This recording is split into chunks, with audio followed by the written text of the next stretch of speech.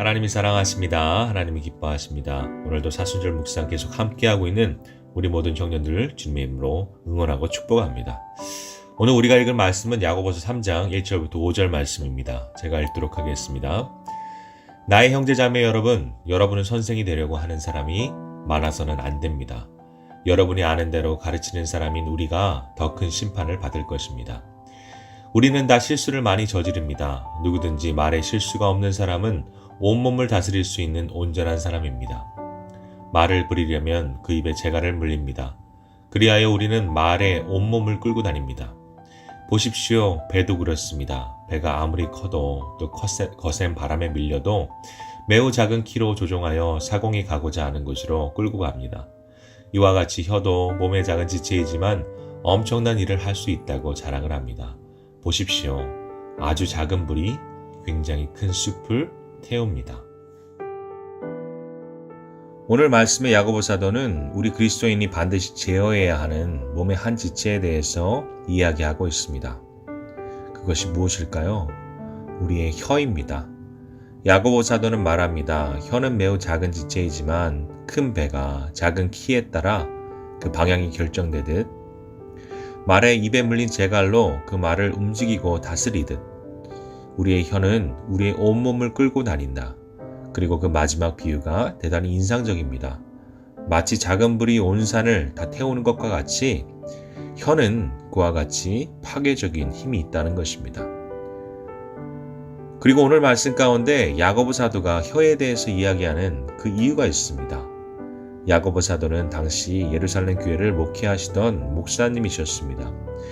그리고 여러분, 예루살렘 교회라고 그 초대교회라고 그 교회 안에 아무런 문제가 없는 것이 아니었습니다. 그리고 그 중에 야고보 사도의 마음을 가장 아프게 하고 근심하게 했던 문제가 있었는데 그것은 교회 안에 사람들 사이에 갈등과 분쟁이었습니다. 그리고 그렇게 오랫동안 그 교회를 섬기며 야고보 사도가 깨닫게 된 중요한 사실이 있습니다.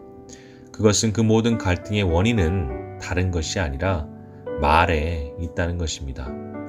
그렇게 서로 간에 아무 생각 없이 던진 부주의한 말들, 서로를 평가하고 정죄하는 말들, 서로를 깔보고 무시하는 그 날선 말들 가운데 사람들은 상처받고 시험이 들고 그렇게 갈등이 생기고 관계가 깨어지는 것을 야고보 사도는 보게 되는 것입니다. 그래서 야고보 사도가 오늘 말씀을 통해서 먼저 그 성도들에게 간곡히 부탁하는 말이 있습니다. 제가 간단히 정리하면 이 정도가 될 것 같습니다. 사랑하는 형제 자매들이여, 우리 서로 말 조심합시다. 하지만 야고보 사도가 전하는 메시지는 이것이다가 아닙니다. 더 중요한 메시지가 있습니다.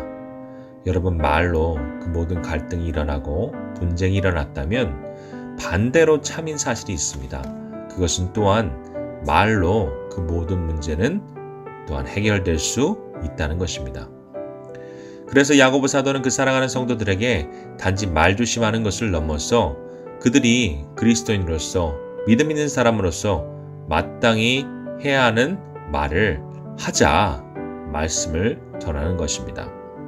그럼 중요한 질문이 있습니다. 그럼 오늘 우리가 그리스도인으로서 마땅히 해야 할 말, 우리의 입술에 항상 담고 살아야 하는 말이 무엇일까? 한 목사님이 설교 중에 이런 말씀을 하셨습니다. 우리 삶의 모든 관계를 아름답게 해주는 4가지 말이 있다는 것입니다. 첫 번째는 미안해. 내가 잘못한 것에 대해서 솔직히 인정하고 반성하는 말은 갈등을 키우지 않는 지혜로운 말입니다.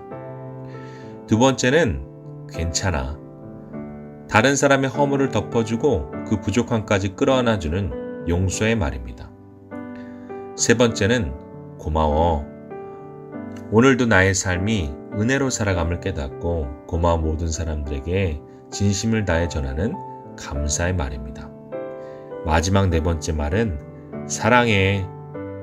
우리 삶의 그 모든 관계들을 더욱 든든하고 아름답게 만들어주는 말, 사랑의 말이라 목사님은 이야기하셨습니다. 제가 최근 재미있게 본 TV 프로가 있습니다. 미운 우리 새끼라는 프로인데 출연자들이 나와서 재미있는 주제로 이야기를 하고 있습니다. 누가 더 어머니에게 잘하나? 누가 더 효자인가? 다들 나름대로 어머니에게 효자 노릇을 하고 있었습니다. 생일 때 용돈도 두둑히 드리고 평소에 전화도 자주 해서 어머니와 통화도 하고, 그런데 그 네 아들 다 자신이 없는 일이 있었습니다. 그것은 어머니에게 사랑합니다 이야기하는 일이었습니다. 그러던 중에 개그맨 김준호 씨가 용기를 내서 어머니께 전화를 겁니다. 그런데 막상 전화를 거니 어머니에게 사랑합니다 그 5글자 짧은 말 하는 것이 그렇게도 어렵습니다. 그래서 어색한 말을 돌리다가 엄한 동생, 친척, 사돈의 팔촌까지 안부를 묻게 되는 것입니다. 그러던 중에 김준호 씨 마침내 쓸데없는 말을 멈추고 어렵게 그 입을 열어 말을 합니다. 어머니, 사랑합니다. 참 힘든 한마디 결국 해내고 말았습니다. 그런데 그때 참 예기치 않은 일이 일어났습니다. 장난으로 시작한 일, 어느새 그 네 아들 눈시울이 붉어졌습니다. 아마도 예상하는 것은 말은 김준호 씨가 하였지만 그 어머니를 향한 마음은 그 네 아들 다 똑같았던 것 같습니다. 그 어머니 너무나도 뜬금없는 그 아들의 말에도 참 신이 나셨습니다. 그리고 전화 저편에서 들려오는 어머니의 목소리가 있습니다.